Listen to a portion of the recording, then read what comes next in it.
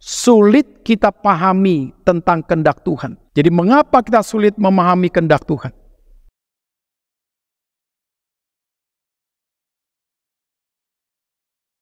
Yang pertama, kita tidak mengenal Dia secara pribadi dalam iman.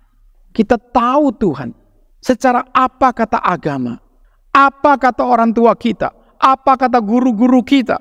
Jadi knowing kita adalah knowing about God. Tetapi sebetulnya saudara, ketika kita tahu tentang Tuhan bersifat about dari orang lain, ini yang membuat kita tidak punya satu iman secara langsung berelasi dengan Tuhan. Maka banyak orang Kristen adalah Kristen lahiriah. Banyak orang Kristen berjubah Kristen, tapi hatinya bukan Kristen. Kenapa demikian? Karena dia hanya tahu tentang kekristenan. Dia tahu tentang Yesus.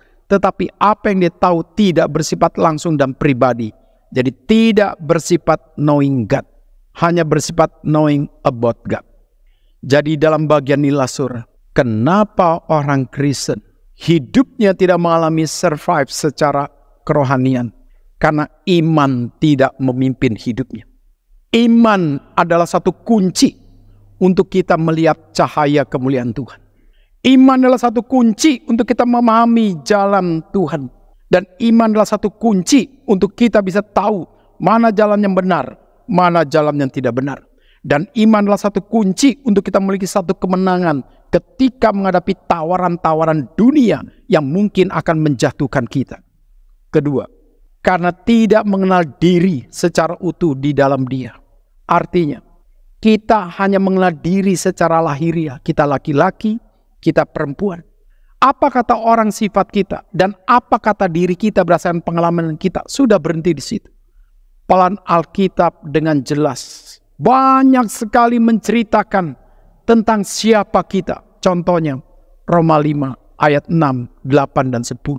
Kita adalah orang yang lemah. Maka Kristus mati bagi kita ketika kita lemah. Lemah dalam apa? Lemah dalam cara berpikir. Lemah dalam komitmen. Kita orang terbatas. Terbatas dalam apa? Terbatas dalam cara berpikir.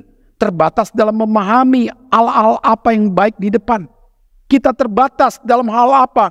Dalam hal daripada kekuatan diri kita. Dan ketiga dikatakan 10. Kita adalah seteru Tuhan. Kita musuh Tuhan. Jadi di dalam bagian itu saudara, kadang-kadang kita mengenal diri kita secara fisik. Tapi kita tidak mengenal diri kita secara rohani. Sehingga perkara Tuhan adalah perkara rohani. Kita sulit paham itu. Kenapa? Karena kita masih orang duniawi. Masih ada tembok dosa. Sehingga kita sulit memahami perkara Tuhan yang suci, yang mulia. Nah di dalam bagian itulah saya percaya sekali saudara. Ketika kita mengenal diri secara rohani, Tuhan akan pimpin kita mengenal diri secara karakter di dalam Dia. Secara progresif. Jadi pimpinan Tuhan yang paling penting untuk diri kita. Kenalilah siapa Tuhan Yesus sebagai penciptamu. Siapa Tuhan Yesus sebagai penebusmu. Siapa Tuhan Yesus sebagai pemelihara dan penjamin hidupmu. Dan kau hidup dalam seluruh firman-Nya. Maka perlahan-lahan kau akan mengenal diri dalam nilai karaktermu yang benar. Seperti apa yang Tuhan tuntut. Ketiga, Mazmur 119 ayat 105 mengingatkan kepada kita firman Tuhan adalah pelita bagi hidup kita, terang untuk menerangi jalan kita. Jadi kalau kita haus, kalau kita lapar akan firman setiap hari, maka firman itu akan memimpin kita. Kita diberikan jalan yang seperti gelap dikasih terang. Jalan yang berliku seperti dikasih tahu ada kompas yang mana yang harus kita pilih, yang di mana kita harus mengarah.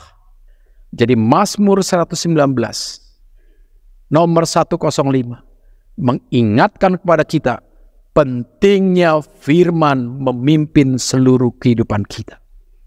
Jadi orang yang sedang bergumul ingin mengambil kehendak Tuhan, memahami kehendak Tuhan, bacalah firman. Jangan banyak ngomong apa kata orang. Kamu memahami apa yang Tuhan terbaik dalam hidupmu, untuk anakmu, untuk keluargamu. Banyak baca firman, banyak dengarkan firman. itu yang terbaik.